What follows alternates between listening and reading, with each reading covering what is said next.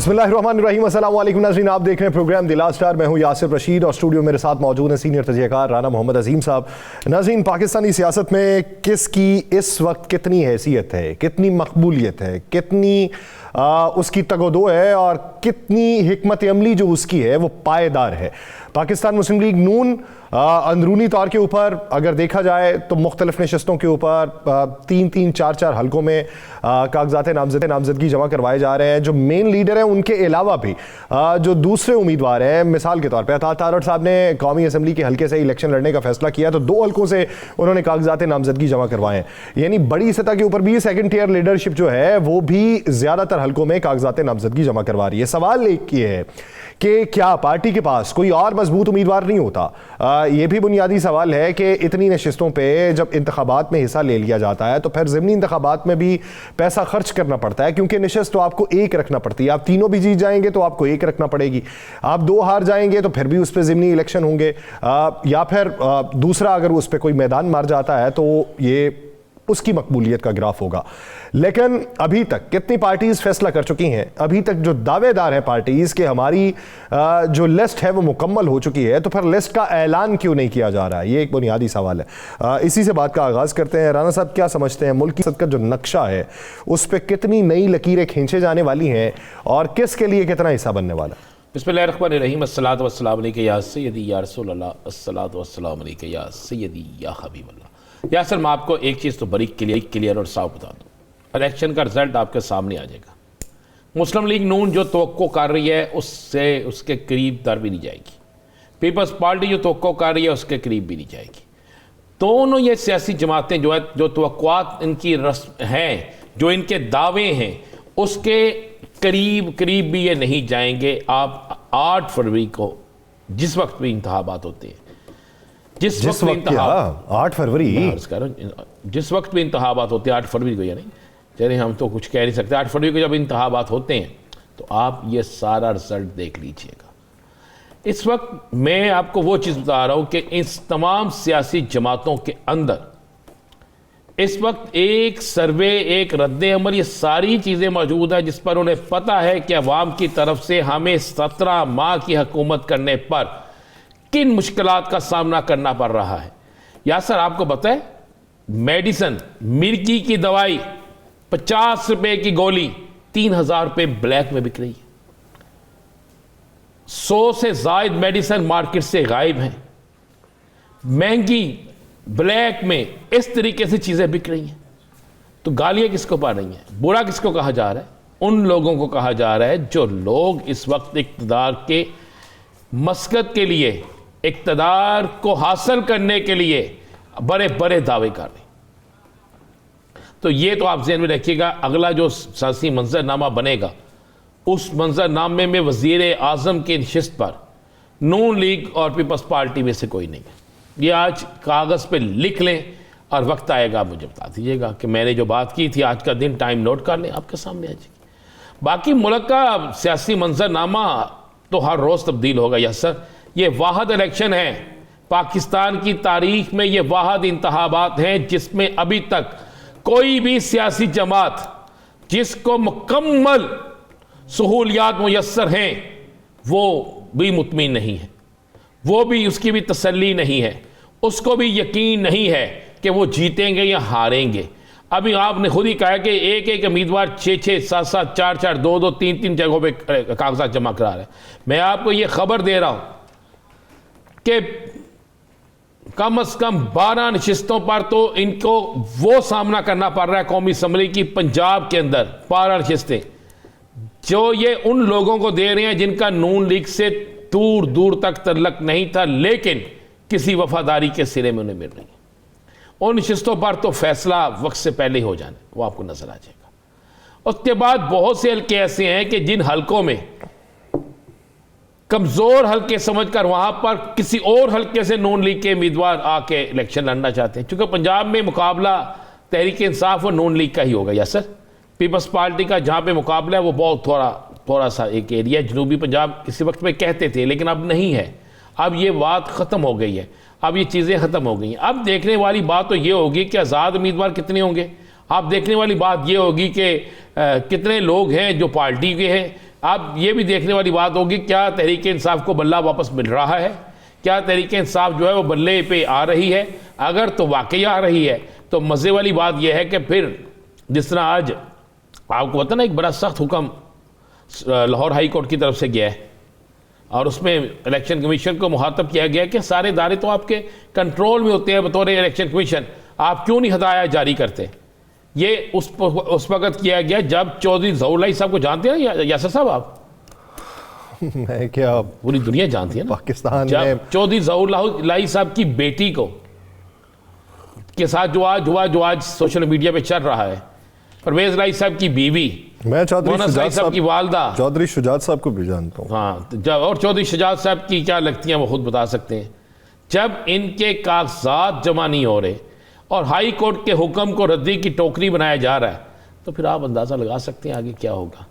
बड़े सख्त आर्डर थे लेकिन उसके बावजूद ये सब कुछ हो रहा है, ये नहीं होना चाहिए। नहीं, हाई कोर्ट के ऑर्डर तो एक तरफ, सुप्रीम कोर्ट के भी ऑर्डर थे। हाँ, सुप्रीम कोर्ट की भी ऑर्डर, बिल्कुल। पाकिस्तान तहरीक इंसाफ ने तो अपनी पिटीशन जो थी वो बाद में जाके फाइल सुप्रीम कोर्ट में की थी और सुप्रीम कोर्ट ने इलेक्शन कमीशन और इलेक्शन कमीशन के थ्रू तमाम आईजीज को इस बात का पाबंद। मैंने तो प्रेस रिलीज देखी मुनस्लाई साहब की, मैंने उसके बाद सोशल मीडिया जब देखा तो सोशल मीडिया पे वो वीडियो इतनी वायरल जिसकी इंतहा कोई नहीं, ट्रेंड में जा रही थी वो। मैंने कहा अच्छा जी ये बात भी हो गई। और उसके बाद आगे आप चले मुझे चले, ये तो हो गया। जितने कागजात जमा हुए हैं उसमें आज़ाद उम्मीदवार, उसमें नून लीग के उम्मीदवार, उसमें कवरिंग कैंडिडेट, बाकी लोग, ये इतने ज़्यादा हैं कि एक एक हल्के में लोग समझते थे यार यहाँ पर बस जो हम लोग कहते थे ना, हम क्या कहते थे, कुछ लोग कहते थे सिर्फ नून लीग होगी जो और कोई उम्मीदवार नहीं होगा। अब मुझे लाहौर का कोई एक हल्का ऐसा दिखा दें, कोई एक, अभी तो कल का दिन है ना, अभी कोई एक हल्का ऐसा दिखा दे जिसमें कोई ये कह सके कि एक ही पार्टी के कागज जमा है, एक ही उम्मीदवार के कागज जमा है। भाई लोग फैसला करके आ चुके हैं, लोगों के जहन बन चुके हैं, लोगों ने अपने वोट का इस्तेमाल पोलिंग डे पे कर देना है। मेरी तो इतला यह है कि हो सकता है कि यासर मजीद कागजात जमा कराने का टाइम बढ़ जाए, ये भी हो सकता है, इससे भी मजीद। हाँ, मजीद हो सकता है, कोई फ़र्क नहीं पड़ता इसमें, क्या हो सकता है। देखें 25 दिसंबर भी आ गया, कल इतवार है, वैसे भी बहुत सी चीज़ें हैं, अगर अदालतें खुल सकती हैं, सारा कुछ हो सकता है, तो कागजात का टाइम भी बढ़ सकता है, इसमें तो कोई ऐसी परेशानी वाली बात ही नहीं। हाँ, क्योंकि अक्सर जगहों पे वो कहा गया है इलेक्शन कमीशन को कि वो जी देखें हमें मसाइल का सामना है, तो उन्होंने कहा जी छुट्टी है, छुट्टी के बाद देखेंगे। वो छुट्टी के बाद तो वैसे ही दिन खत्म हो जाता है। नहीं, दिन खत्म होंगे तो जो लोग अपनी शिकायत दर्ज करा रहे हैं, मैं आपको एक टेक्निकल सी चीज़ बता दूं आगे, जो लोग अपनी शिकायत दर्ज करा रहे हैं, जो कोर्ट में जा रहे हैं, जो इलेक्शन कमीशन में दरखास्त दे रहे हैं, जो इलेक्शन कमीशन को मेल कर रहे हैं, जो इलेक्शन कमीशन को TCS कर रहे हैं, फिर उनके पास एक जवाब होगा, कानूनी हक मौजूद होगा कि उनके कागजात डेट के बाद जमा किए जाएं, क्योंकि उनकी एप्लीकेशन अगर जमा नहीं होती तो वक्त से पहले वो आगाह कर रहे हैं। सुप्रीम कोर्ट के हुक्म के मुताबिक, चीफ इलेक्शन कमीशन साहब के हुक्म के मुताबिक, लाहौर हाई कोर्ट के बाकर नजवी साहब के हुक्म के मुताबिक, तो इतनी चीज़ें जब शामिल हो जाती हैं, सुप्रीम कोर्ट के बाद तो कोई चीज़ रह ही नहीं जाती, तो फिर आप किस तरह कहते हैं कि नहीं होगा, ये होगा। यहाँ तक उनके कागजात जमा होंगे या फिर टाइम बढ़ाना पड़ेगा। और इलेक्शन का मौसम तो इतनी तेज़ से शुरू हो गया है, लेकिन यासर आप एक चीज़ गौर करें सिर्फ, क्या सियासी जमातों के वो जलसे जुलूस, वो जुलूसों की शक्ल में जाना आपको पंजाब के अंदर नज़र आया कहीं? नहीं, वो अमूमी जो आम इंतखाबात मैंने अपनी तारीख में जो कवर किए हैं उसमें इस तरह का फीका इंतखाब जो है वो नहीं देखा। उसकी वजह अवामी सतह के अवाम जो है, अवाम फैसला कर चुकी है। सिर्फ KPK के अंदर वो आज मैंने काफ़ी फुटेजेस देखी हैं कि वो वहाँ पे बड़ा जोश है, वहाँ पे तो सैकड़ों नहीं हज़ारों की तादाद में लोग जो हैं वो जुलूसों में शामिल हैं। तो मैंने वो 4 सद्दा का एक जुलूस देखा, मैंने स्वाबी का जुलूस देखा, मैंने वहाँ पे एबटाबाद का देखा, मैंने वहाँ पे कोहाट का देखा, मैंने ये सारी चीज़ें देखी और ज़्यादा जो 95% थे वो तहरीक इंसाफ के थे। अब आप, क्योंकि हमारे तो 5 साल बाद इसे इन महीनों को एक त्यौहार के तौर पे मनाया जाता है, तो जितनी गहमा गहमी होती है, लेकिन अब खत्म हो गई गहमा गहमी। कहाँ पे रही? अब तो उम्मीदवार सिर्फ अपने 3-4 वकला, अपने तजवीज़ कुंदा, तईद कुंदा, इनके साथ जाता है कागजात जमा कराने। ठीक है, बस पता भी नहीं चलता। आगे मैंने देखा है कि आगे होता था, रौनकें होती थी, डोल की थाप होती थी, अपने कारकुन को साथ ले जाया जाता था। पता चलता था कि जनाब इलेक्शन का माहौल बन गया है। गली मोहल्लों में बैनर लगते थे, गलियां मोहल्ले जो हैं वो डेरे सजते थे, चौकों बाजारों में लोग डिस्कस करते थे, दुकानों पर बैठ के बातें होती थी, उम्मीदवार गमी खुशी में जाता था। अब तो मेरा ख्याल उम्मीदवार डरते हुए जाते भी नहीं। क्या वहाँ पूछ ना ले कि जनाब आलू का क्या भाव है, मेडिसिन गायब है, दूध का रेट क्या है। देख लेते हैं कि उम्मीदवारों को मसाइल का सामना है या नहीं है। अवामी में ज़्यादा मसाइल का सामना है या उनके मसाइल कुछ और तरह के। जमीयत उलमा इस्लाम फे के सीनियर रहनुमा सेनेटर कामरान मुर्तज़ा साहब ने हमें ज्वाइन किया है। कामरान साहब बहुत मशकूर हैं आपके वक्त के। कामरान साहब, जिस तरीके से एक डायरेक्शन सुप्रीम कोर्ट की थी, फिर हाई कोर्ट की थी, इलेक्शन कमीशन को पाबंद किया गया, बेशतर जगहों से शिकायत मौसूल हो रही हैं, किसी को कागज़ जमा नहीं करवाने दिए जा रहे, कोई कागज़ जमा करवा चुका है तो कहा जा रहा है कि कागज़ आपके जमा ही नहीं हुए। क्या इस तरह के मसाइल का सामना आपको भी है? अभी तक कहीं से कंप्लेंट नहीं आई है, बल्कि मैंने ऑफर की थी कि ये जो प्रोपोगेट कर रहा है कि हमें कागज जमा नहीं करवाने दिए गए, मैंने उनको कहा था कि लाए हम आपको फॉर्म दे देते, और अगर आप में इतनी की जरूरत नहीं है कि आप अपने पेपर फाइल कर सकें तो लाए वो भी हम करवा देते। बात ये, आप पॉलिटिकल वर्कर हैं, पॉलिटिकल वर्कर के लिए ऐसा गर्म हालात होते हैं। पॉलिटिकल वर्कर मम्मी डैडी का वो नहीं होता कि फैमिली नहीं होती कि जो मर्जी जरा थोड़ी सी गर्म हवा लगी तो रोना चीखना चलाना शुरू कर दिया। होता है ये, ठीक है, कोई ऐसी बात नहीं। और पता नहीं है कि नहीं, ये भी नहीं पता। अच्छा, वो कुछ बहुत सी फुटेजेस बहुत से टीवी चैनल्स पे हमारे पास भी हैं, टीवी चैनल्स पे भी चल रही हैं और उसमें वाज़े तौर पे दिखाया जा रहा है, उस पर आप क्या कहेंगे? देखिए, फुटेजेस आजकल कौन सा मसला है। आप अपनी फोटो किसी तरह की बनवाने चाहें तो बनवा लीजिए, मेरी कोई बनाना चाहे पूरी फिल्म बना के रख दे तो ये अल्लाह पाक रहम करे। वो हमने जो ना माशरे को खराब किया है कुछ सालों में बहुत ज्यादा। तो ये वाकई ऐसा है या नहीं है, उसको जिसको भी प्रॉब्लम है एक दिन तो है ना, उसको कहें कि आए हम करवा देते हैं। अगर उनसे ये काम भी नहीं होता, वो आदत है असल में उनको कि हर चीज प्यार मिल रही नहीं। हाँ, अब एक तरफ परवेज़ इलाही साहब की जो मिसेज़ हैं वो ये गिला कर रही हैं कि मैं 2-4 घंटे खड़ी रही, मुझसे कागज़ छीनने की कोशिश की गई, लेकिन मेरे मद्दे मुकाबिल जो हैं चौधरी शुजात साहब के साहबजादे वो मेरे सामने आते हैं और अपने कागज़ जमा करवा के चले जाते हैं और मैं वहाँ की वहाँ खड़ी हूँ। तो उसके मनाजिर भी आ जाएंगे, तो उसके ऊपर क्या राय रखेंगे? मैंने ऐसा कोई मंजर नहीं देखा। वैसे ये 2-4 घंटे जो कहते हैं ना खड़े रहे, मैं आज खुद जो है सुबह मैं कुछ 10-10:30 बजे में, मेरी वाइफ ने पेपर जमा करवाने थे, कल गए नहीं करवा पाए। वजह ये थी कि कोई ना कोई नक्श निकल आता था। अब कोई नक्श निकल आया और उसके बाद जो है ना उसको कहा जाए कि एक्सप्लॉइट किया जाए, तो कल नहीं जमा करवा पाए। फिर मेरे इलेक्शन कमीशन में जो वाकिफ थे उन्होंने कहा कि छोड़ दे, आज रश भी ज्यादा है, आज ना आइए। फिर मैं 11 बजे की या 10:30 बजे की रेंज में गया, खुद साथ था। फिर कोई 4 नक्श निकल आए, फिर मेरा बेटा साथ जाके वो नक्श उससे निकलवाए और अल्टीमेटली जो है ना हम जब वापस आए हैं घर 3:30 बजे थे। तो अब इसी में अगर कोई इतना नाजुक है कि उसको जो है ना इस पेपर, हालांकि कोयटा में तो निस्बतन कम रश होगा, तो अगर कोई इतना ही नाजुक मिजाज है कि उसको जो है ना इसी में जो प्रॉब्लम होने लग गया तो फिर ना लड़े इलेक्शन, कोई और काम नहीं। चलें जी, ये तो अल्लाह करे कि कोयटा की तरह सारे मुल्क के अंदर ऐसा ही हो जाए और सबको इस सुप्रीम कोर्ट के हुक्म के मुताबिक साफ़ और शफाफ इंतखाबात का मौका मिले। अच्छा सर, ज़रा थोड़ा सी बात करते हैं। सुप्रीम कोर्ट ने एक फ़ैसला दिया, बहुत सी सियासी जमातों के रहनुमाओं ने आज प्रेस कॉन्फ्रेंसें की, सारा सुप्रीम कोर्ट के उस मोअज़्ज़िज़ अदलिया की तरफ है। तो जिसको जो फैसला पसंद नहीं आता, ये क्यों होता है ऐसा? आज मरियम औरंगज़ेब साहिबा ने भी प्रेस कॉन्फ्रेंस की, मौसर राजा साहब ने भी की, उसके बाद शर्जील मेमन साहब। आगे सुन लीजिए, होता ये है आगे लीगली स्पीकिंग, जब फैसला आ जाता है तो आप उसको मुनासिब अल्फाज में उस पर तनकीद कर सकते हैं। मुनासिब अल्फाज में, ये लफ्ज़ अच्छा है, मुनासिब अल्फाज। अगर आप, मैं यही कह रहा हूँ, मुनासिब अल्फाज तो बिल्कुल ना, मेरी बात सुनिए या अपनी करनी है। जी जी जी। एक तो ये हो गया। दूसरा, जेयूआई ने किसी के ऊपर तनकीद की है? कोई हमारा वर्जन आया इस तरह से? तो जब नहीं आया, हम अपने सामान के जिम्मेदार हैं, हम दूसरों के मामला के जिम्मेदार नहीं है। मरियम औरंगजेब ने क्या कहा, सर आंखों पर ये उसका नुक्ता नजर होगा।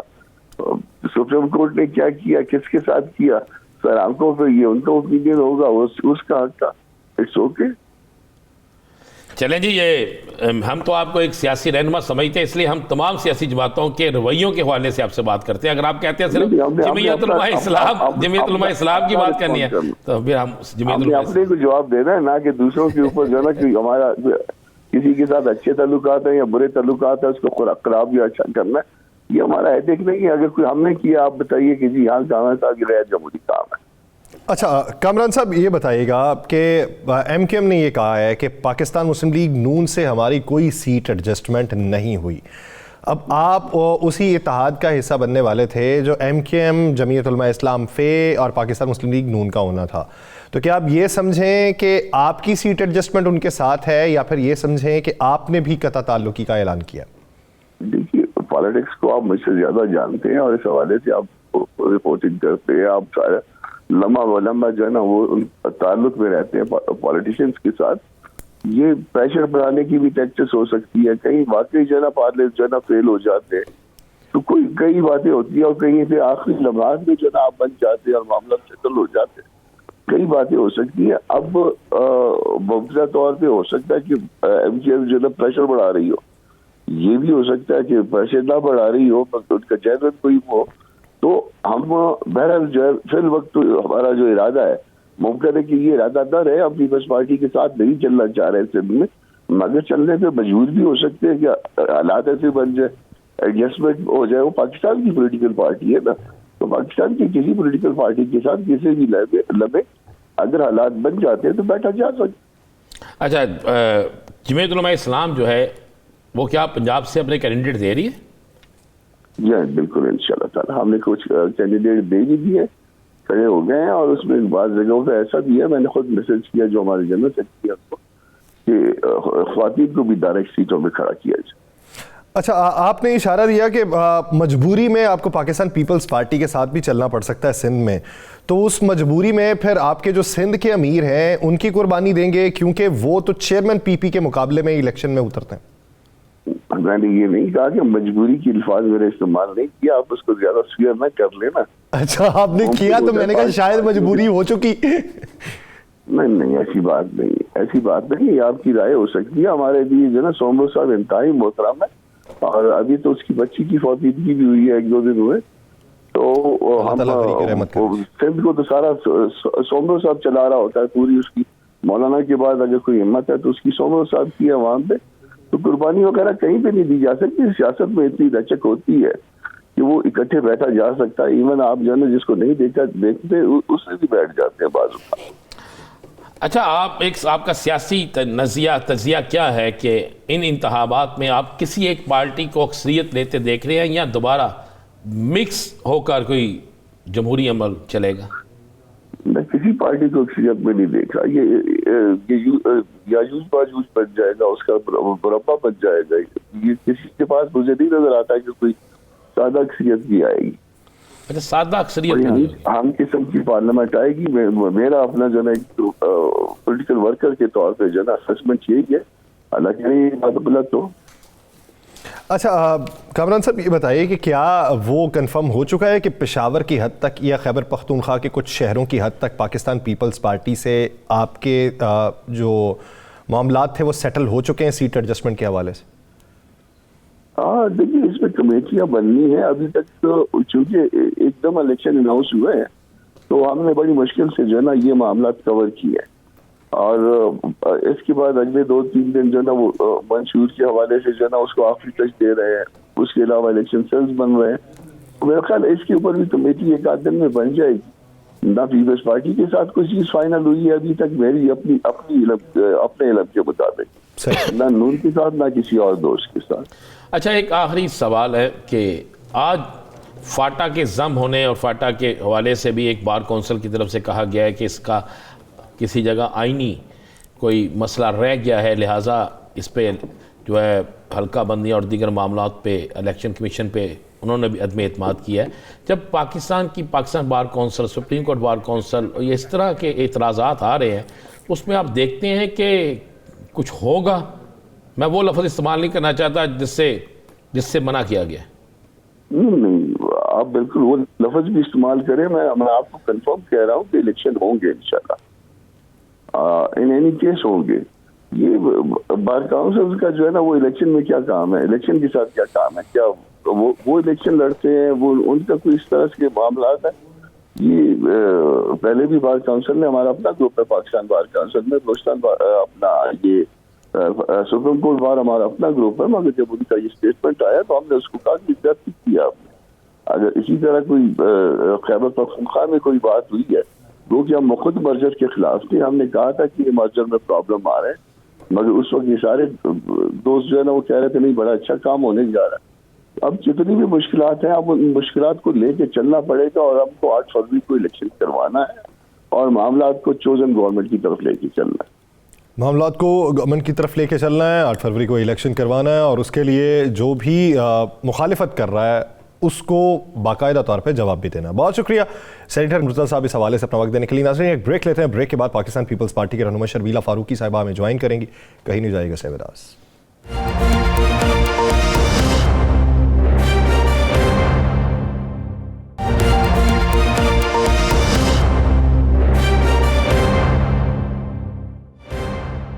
ब्रेक के बाद खुशामदीद नाज़रीन। ब्रेक से पहले जिस तरीके से सेनेटर कामरान मुर्तज़ा साहब ये बात कर रहे थे कि खैबर पख्तूनख्वा में पाकिस्तान पीपल्स पार्टी के साथ इत्तेहाद के मामला चल रहे हैं, उसके हवाले से अभी कमेटियाँ तश्कील दी जानी है और फिर हतमी तौर पर फैसला होना है। सिंध की अगर सूरत हाल देखी जाए तो सिंध में भी हो सकता है, दरवाजे तो हम बंद नहीं कर सकते किसी के लिए भी। पाकिस्तान पीपल्स पार्टी एक बड़ी जमात है, ये मुमकिनात में से है कि उनके साथ भी इत्तेहाद हो जाए, लेकिन अभी तक इस हवाले से कोई भी फैसला नहीं है।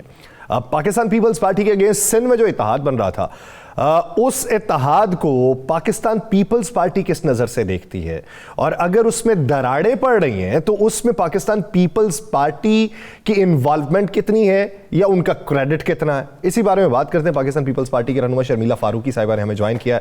शर्मीला साहिबा बहुत शुक्रिया आपके वक्त का। शर्मीला साहिबा, जिस तरीके से देखा जाए आपके अगेंस्ट पाकिस्तान मुस्लिम लीग नून, जमीयत उलमा इस्लाम फे, MKM पाकिस्तान, GDA के साथ बात करना चाहिए उन्होंने और एक अलायंस बनाने की कोशिश की गई। अब GDA ने पहले कह दिया हमारे तहफ़्फ़ुज़ात हैं वो दूर नहीं किए गए। जमीयत उलमा इस्लाम फ़े मुकम्मल तौर पे खामोश रही। MKM पाकिस्तान आज बोली है और उन्होंने कहा है कि हमारी कोई सीट एडजस्टमेंट PMLN के साथ नहीं हुई। तो ये जो दरार पड़ी है, इसमें आप लोगों की कोई कारकर्दगी है या ये जो आपसी फूट है ये इनकी आपसी रंजिशों की वजह से? जी बहुत शुक्रिया जी। देखिए जी, हम तो दूर से बैठ के तमाशा देख रहे हैं, क्योंकि शुरू दिन से हमें पता था कि this is an unholy marriage, और बड़े शान और शौकत के साथ ये अनाउंस किया गया था कि PMLN और MKM का अलायंस हो गया है कराची के हवाले से। फिर एक बहुत बड़ा महाज जो है वो खड़ा हो रहा है पूरे सिंध में पीपल्स पार्टी के हवाले से। ये हम हर इलेक्शन से पहले सुनते हैं और हर इलेक्शन में ये जमातें वो के एक साथ बैठती हैं, लेकिन ये मुँह की खाती हैं। तो हमें ना इनके महाज बनाने से कोई फर्क पड़ता है, ना महाज टूटने से कोई फर्क पड़ता है। पीपल्स पार्टी की अपनी कारकर्दगी, अपना वोट बैंक है, अपनी मकबूलियत है।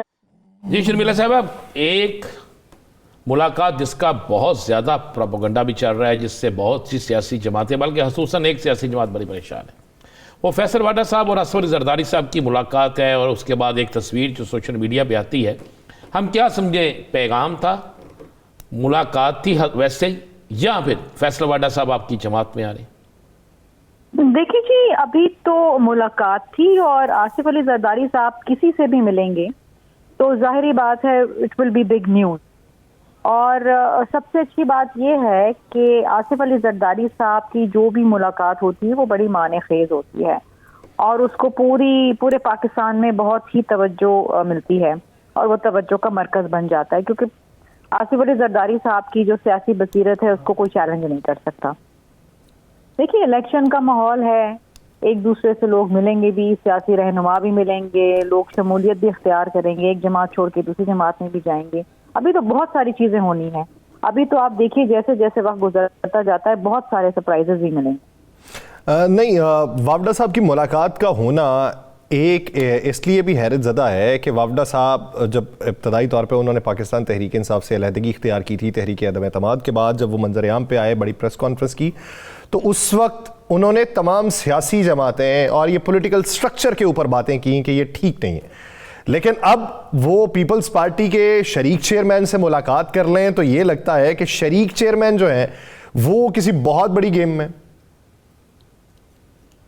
देखिए, इस मैंने आपसे कहा ना कि सदर जरदारी साहब की सियासी बसीरत को तो कोई चैलेंज नहीं कर सकता। अब ये इस बात का जवाब तो वाडा साहब ही दे सकते हैं कि जनाब, जब आप सारी पार्टीज को डिनाउंस कर रहे हैं तो फिर क्या ऐसी चीज थी जिसने आपको मुतवज्जो किया कि आप आसिफ अली जरदारी साहब से जा मिले। जाहिर बात है, वो खुद चल के गए हैं उनके पास, उनसे मुलाकात की है, तो उन्होंने कुछ बात का अयादा तो किया होगा कि शायद पाकिस्तान के अंदर एक आसिफ अली जरदारी साहब ही हैं जिनसे मुलाकात की जाए। वैसे तो वो हर किसी को जो कहते हैं वो आपके सामने है, मैं उसको दोहराना नहीं चाहती। बहरहाल देखिए, मुलाकातें होना अच्छी बात है, ये जमहूरी दौर है और जमहूरियत के अंदर हर किसी को अपनी राय का इजहार करने की भी आज़ादी है और दीगर सियासी रहनुमाओं से मिलने की भी आज़ादी होनी चाहिए। सियासी बिल्कुल होना चाहिए, इसमें तो कोई दूसरी राय नहीं। हमने तो ये पूछा है कि बड़ा ब्रेक थ्रू हो रहा है। देखिए, अगर इस मुल्क में अगर शफाफ, मुनसिफाना और आज़ाद इलेक्शन हो गए तो पीपल्स पार्टी आपको बड़े सरप्राइज देगी। अच्छा, सरप्राइज में क्या हो सकता है? क्या कोई सादा अक्सरियत हो सकती है या कोई बड़ा इत्तेहाद हो सकता है? नहीं जी, पीपल्स पार्टी तो फिलहाल अपनी स्ट्रेंथ पे इलेक्शन में जारी। हाँ, कहीं किसी के साथ चंद एक सीट पे एडजस्टमेंट हो सकती है, जिस तरह बलूचिस्तान के अंदर शमूलियतें हुई हैं, तो जाहिर बात है, इट्स अ पॉलिटिकल प्रोसेस और इस पॉलिटिकल प्रोसेस के अंदर लोग इत्तेहाद भी बनाते हैं, लोग सीट एडजस्टमेंट्स भी करते हैं, जमातें जो हैं एक दूसरे को सपोर्ट भी करती हैं, तो ये तमाम चीजें तो एक it's part of the political process, इसको तो आप नहीं रोक सकते। अच्छा शर्मिला साहब, आपने कहा कि जरदारी साहब मिलते हैं और मिलते रहेंगे, सियासी जमातें मिलती हैं, ये पहली दफ़ा हुआ है कि इस 17 माह की हुकूमत के बाद के नवाज शरीफ साहब पाकिस्तान आए हों और जरदारी साहब से रब्ता भी ना हुआ हो, जरदारी साहब लाहौर भी जाएं और सारा कुछ हो। क्या कोई नाराज़गी पक्की होगी है या कोई आगे जाके दोबारा मिलने का इरादा है? देखिए जी, हमारी किसी से नाराजगी नहीं है, हमारी किसी से लड़ाई नहीं है। हमने लड़ना है इलेक्शन। हमारी लड़ाई है बेरोजगारी से, हमारी लड़ाई है गुर्बत से, हमारी लड़ाई है महंगाई से और हमने इसको डिफीट करना है। अब इस महाज में कोई हमारे साथ चलना चाहे, शरीक होना चाहे तो 100 बिस्मिल्लाह, क्योंकि हमने खिदमत करनी है आवाम की। हमारे लिए ताकत का सर चश्मा आवाम था, है और हमेशा रहेगा। बाकी किसी चीज़ में, किसी शख्स में, किसी शख्सियत में, किसी जमात में हमें किसी किस्म का कोई इंटरेस्ट नहीं है। वी बिलीव कि इस मुल्क में तमाम सियासी जमातों को लेवल प्लेइंग फील्ड मिलनी चाहिए, कोई किसी का लाडला नहीं होना चाहिए। आवाम में जाएं, आवाम के वोट से इक़्तिदार में आएं, फिर आगे बात हो। लेकिन एमकेएम तो आपसे लेवल प्लेइंग फील्ड मांग रही।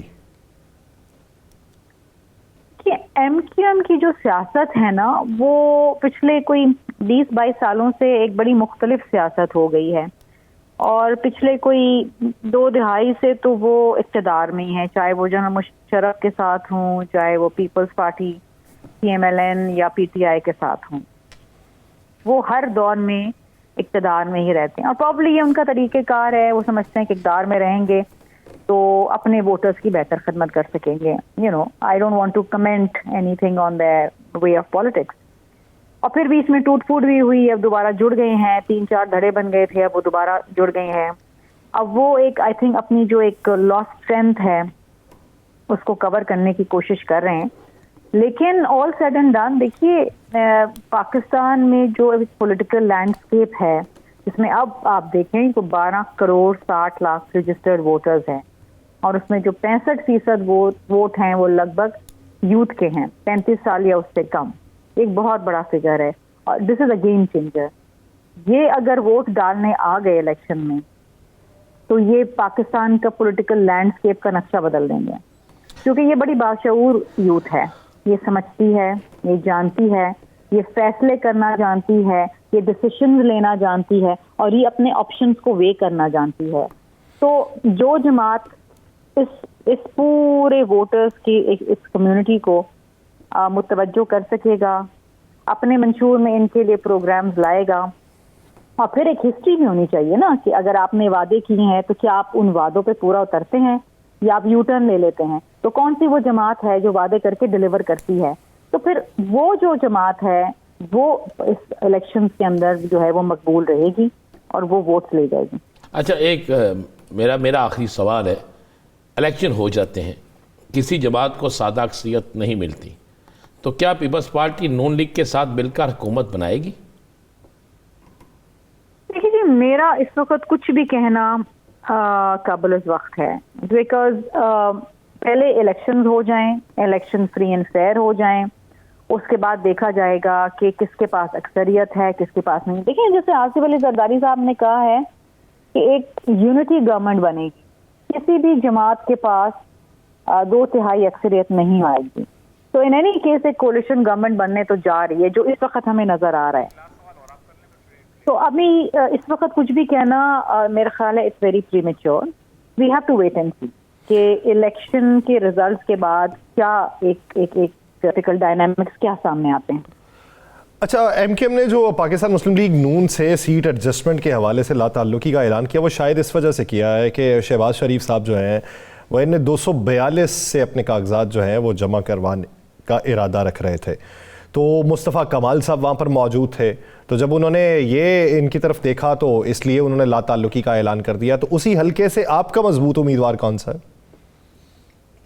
देखिए जी, हमारे तो उम्मीदवार पूरे पाकिस्तान से आपको चंद रोज के अंदर बिल्कुल सामने आ जाएंगे, लेकिन एमक्यूएम ने लाताल्लुकी का क्यों इजहार किया, ये तो उसका जवाब वही दे सकते हैं, क्योंकि मिस्टर मैंने बताया बड़े फैन फेयर के साथ उन्होंने अलायंस बनाया था। तो I don't know what has gone wrong. ये मालूम नहीं कि क्या गलत हुआ, एमकेएम ने क्यों ऐलान लाताल्लुकी किया। तो पाकिस्तान पीपल्स पार्टी के जो उम्मीदवार हैं वो चंद दिनों में सामने आ जाएंगे। बहुत शुक्रिया शर्मिला फारूकी साहिबा, इस हवाले से अपने लिए नाज़रीन दीगर इश्यूज़ पे बात करेंगे। एक शॉर्ट ब्रेक के बाद कहीं नहीं जाएगा, stay with us.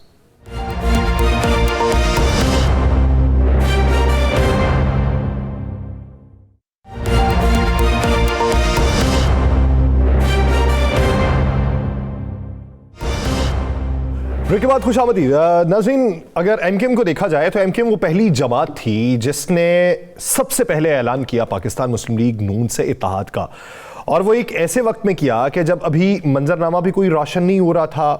Pakistan Muslim league नून का बरसरे इक़्तिदार आने का भी मंजरनामा रोशन नहीं हो रहा था। तो एमकेएम का पाकिस्तान मुस्लिम लीग नून से इत्तेहाद करने का जो फैसला था, उसने पाकिस्तानी सियासत के अंदर एक भूचाल मचाया। बहुत सारे लोग जो इस बात को समझते हैं कि एमकेएम जो है, एमकेएम के नज़रिए के मुताबिक वो अपने अवाम, अपने कारकुन की मंशा हुकाम बाला तक पहुँचाने के लिए इत्तेहाद करती है, और एमकेएम की ख्वाहिश भी होती है किसी वफाकी जमात से इत्तेहाद करना, और वही मजबूरी भी होती है उसी वक्त में। तो वक्त से पहले पीएमएलएन से इत्तेहाद कर लेना वो एक पैगाम था कि शायद पीएमएलएन की हुकूमत बन रही। लेकिन अब जो मौजूदा मंजरनामे में एमकेएम का बयान सामने आया वो भी हैरत ज़दा कर देने वाला है। रेहान हाशमी साहब एमकेएम के रहनुमा, उन्होंने हमें ज्वाइन किया। रेहान हाशमी साहब बहुत शुक्रिया आपके वक्त का। रेहान हाशमी साहब, एमकेएम पाकिस्तान ने पहले इत्तेहाद की बात की, एक प्रेस कॉन्फ्रेंस हुई, उसके बाद राबितों का आगाज हुआ, और आज आके बयान ये आया कि पाकिस्तान मुस्लिम लीग नून से कोई सीट एडजस्टमेंट नहीं हुई। तो ये जो इतना अरसा था, इस अरसे में तकरीबन 1-1.5 माह से तो ज़्यादा अरसा हो चुका, क्या हुआ? कौन से वादे वही थे जो पूरे होते दिखाई नहीं दिए तो इस तरह का बयान दिया गया? बिस्मिल्लाहिर्रहमानिर्रहीम। देखें, आपने जिस तरह इंट्रो में बताया, एमकेएम यकीनन बहुत सारी उन जमातों के लिए जो कि आज़ादी अक्सरियत हासिल करती हैं या अपने नंबर ऑफ सीट्स को मुकम्मल करने के लिए एमकेएम की हिमायत की तरफ रुजू करती हैं। और गुज़िश्ता अगर 20 साल का भी 30 साल का भी अगर आप अरसा देखें, उसमें ऐसा ही होता रहा है। गेम चेंजर के तौर पर एमकेएम सामने आती रही है। उसमें हमारी जो तरजीहात होती हैं वो मुतालबात जो हकूक की मुनसिफाना तकसीम से रिलेटेड हों, कराची या अर्बन सिंध के हवाले से बिलखसूस और बिलअमूम पूरे पाकिस्तान पे में रिफॉर्मेशन और डेमोक्रेटिक नॉर्म्स की सस्टेनेबिलिटी के लिए होते हैं। अच्छा, इसके अलावा जो चीज़ें होती रही वो आपके सामने रिसेंट डेवलपमेंट जो हुई मुस्लिम लीग नून के साथ पीडीएम जब आगाज हुआ तो हमारे कुछ कंसेंसस डेवलप हुए और अच्छा हमारा एक वर्किंग रिलेशनशिप बना, और ख़ास तौर पर जब 75 लाख के करीब अफराद को बाजियाब कराया गया सेंसस में, जिससे कराची की एक नेशनल असेंबली और 3 प्रोविंशियल असेंबलीज की सीटों में इजाफा हुआ और आबादी में भी इजाफा हुआ। गो के हमें इस पर अभी भी इख्तलाफ है कि यह आबादी का तनासुब और बढ़ना था। अच्छा, इसमें कहीं पर भी ये बात नहीं आई। फिर हमारा आपने देखा कि कॉन्स्टिट्यूशनल अमेंडमेंट के हवाले से भी जो मुशावरत है, डायलॉग है, उसके दौर चलते रहे और एक हमारी मफाहमत आगे बढ़ी और आज भी मफाहमत है। लेकिन आप मिक्स ना करें मफाहमत और लार्जर कैनवस के ऊपर आईनी तरामीम की हामी भरना और पाकिस्तान में उस डेमोक्रेसी की तरवीज और तरक्की की बात करना जिसकी एमक्यूएम बात कर रही है, और seat adjustment it's totally a different thing. जहां पर मुस्लिम लीग नून की का असर रसूख होगा वहां पर यकीनन मुस्लिम लीग नून को ही लड़ना चाहिए और सीट एडजस्टमेंट की एज सच कोई बात नहीं हुई है। हमारी राय और मुफाहमत इस बात पर जरूर हुई है कि पाकिस्तान में अगर मुस्लिम लीग नून हुकूमत साजी में आती है तो एमक्यूएम उसकी हिमायत किन बुनियादों पर करेगी। क्या वो प्रोविंशियल फाइनेंस कमीशन जो कि तकरीबन 10 साल से अर्बन सिंध का रुका हुआ है, क्या वो मशरूत करेंगे नेशनल फाइनेंस कमीशन से?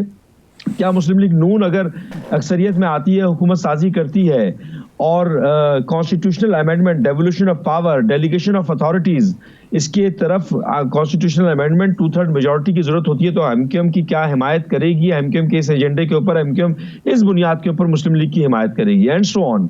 ये एक तो मुफाहमत और हमारा एक कंसेंसस जरूर डेवलप हुआ है। लेकिन इलेक्शन तो देखें, एमक्यूएम हमेशा से अपना ही लड़ती रही है, मुस्लिम लीग भी अपना लड़ती है, उनके अपने मजबूत हलके हैं, वो अपने मजबूत हलकों से ही लड़ेंगे। हम जहां पर समझते हैं कि हम मौसर तरीके से अपने वोटर्स और सपोर्टर्स के अंदर पेनिट्रेटेड हैं तो यकीनन हम ही लड़ेंगे, इसमें कोई मुजायका नहीं है। और इसमें कोई ऐसा नहीं है कि मफाहमत हमारी जो राय आमा हमारे माबैन एक मुशावरती और मफाहमती अमल का आगाज हुआ था वो कहीं पर टूट गया है या उसमें कोई दरार आ गई है, ऐसी कोई बात नहीं है। चने में इत्तेहाद नहीं टूटा, दरार नहीं आई, तो फिर मामला फाइनल भी तो नहीं हुए ना।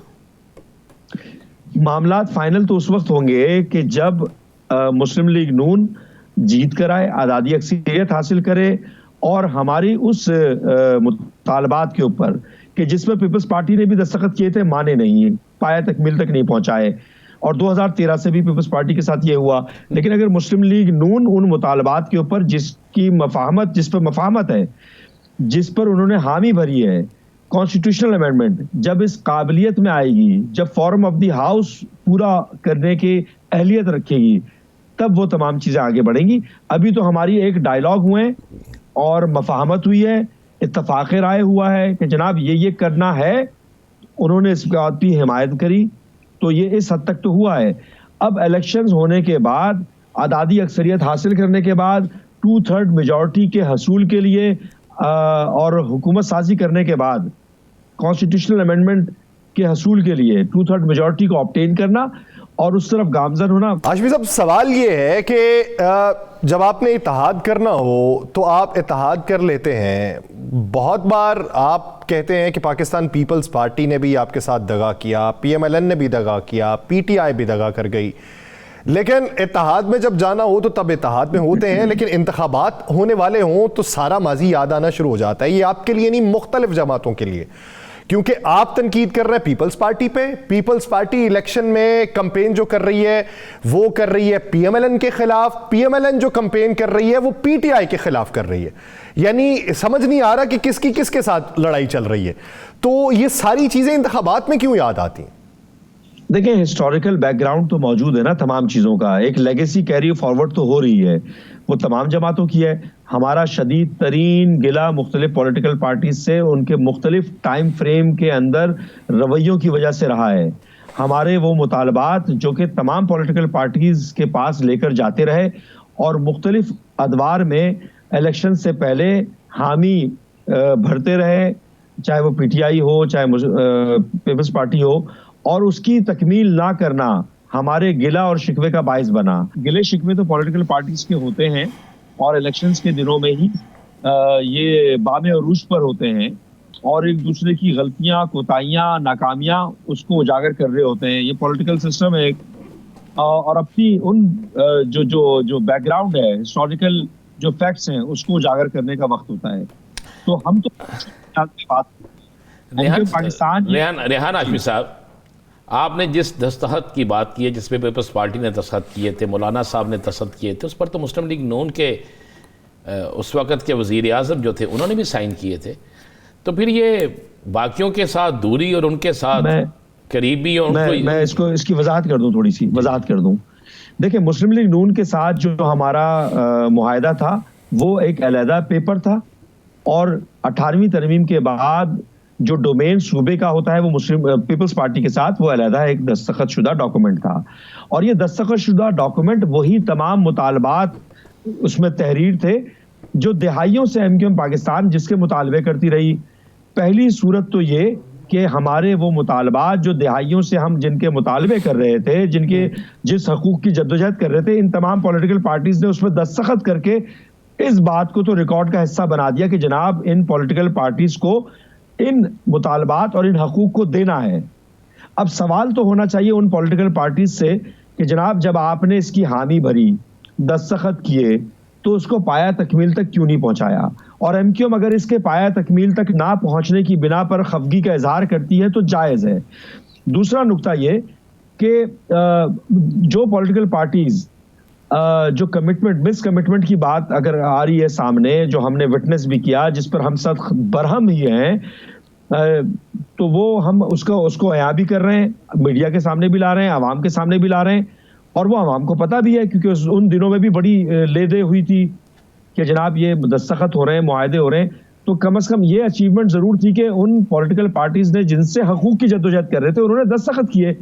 अच्छा, अब मुस्लिम लीग नून के साथ जो मुआहदा था उसमें एक बड़ा इंपॉर्टेंट जो डेवलपमेंट थी वो तो हुई, और वो एमक्यूएम की काविशों से हुई। हमने सिर्फ सड़कों पे खड़े होकर मुजाहरे नहीं किए, बल्कि हमने तमाम सबूत और शवाहिद के साथ, जिसमें नादरा का भी डाटा था, के इलेक्ट्रिक का भी डाटा था, जो हाउस होल्ड का डाटा था, वो हम सेंसस का अमल मुकम्मल होने के बाद जब तकरीबन 1,35,00,000 पे बंद कर दिया गया था कराची की आबादी को, तो वो तमाम डाटा, सबूत और शवाहिद लेकर वजीर आला के पास भी, वजीर आजम के पास भी गए और मुख्तलिफ अथॉरिटीज के पास भी गए। 4-6 डायलॉग का सिलसिला भी रहा, और सबूत और शवाहिद पेश करने के बाद 75 लाख एक बहुत बड़ी तादाद होती है। जहां पर आपका डाटा बंद कर दिया गया था, जहां पर आपको क्लोज कर दिया गया था, वहां पर 75 लाख अफराद का बढ़ना, हालांकि मैंने जिस तरह पहले बताया कि हमें अभी भी एतराज है कि कराची की आबादी कम से कम 1.5 करोड़ बढ़नी चाहिए थी, लेकिन कुछ ना होने से एक चीज बेहतर जरूर हुई कि डेवलपमेंट हुई। अब सवाल दूसरा यह आता है इसमें कि वो लोग के जो इसको कंडक्ट कर रहे थे, वो अफसरान जिनकी रिस्पॉन्सिबिलिटी थी, इतनी बड़ी निग्लिजेंस हुई है, तो ये कब किस पॉइंट ऑफ टाइम पर इसको एक्सपोज किया जाएगा, ये लेट्स सी आगे चल के देखते हैं। लेकिन 18वीं तरमीम के बाद सूबे का डोमेन अलग है, सूबे की जिम्मेदारी बनती है आज भी कॉन्स्टिट्यूशन के मुताबिक कि नेशनल फाइनेंस कमीशन के जो पैसे आते हैं सूबे को, वो सूबा डिस्ट्रिक्ट्स की सतह पर क्यों नहीं उतारता और अर्बन सिंध को क्यों नहीं दे रहा, तकरीबन 10 सालों से, जो खरबों रुपए हैं। सवाल ये भी 18वीं तरमीम के बाद होता है कि यूनिवर्सिटीज का क़याम जो बराह रास्त सूबे की जिम्मेदारी है, एजुकेशन, सूबा क्यों नहीं फुलफिल कर रहा?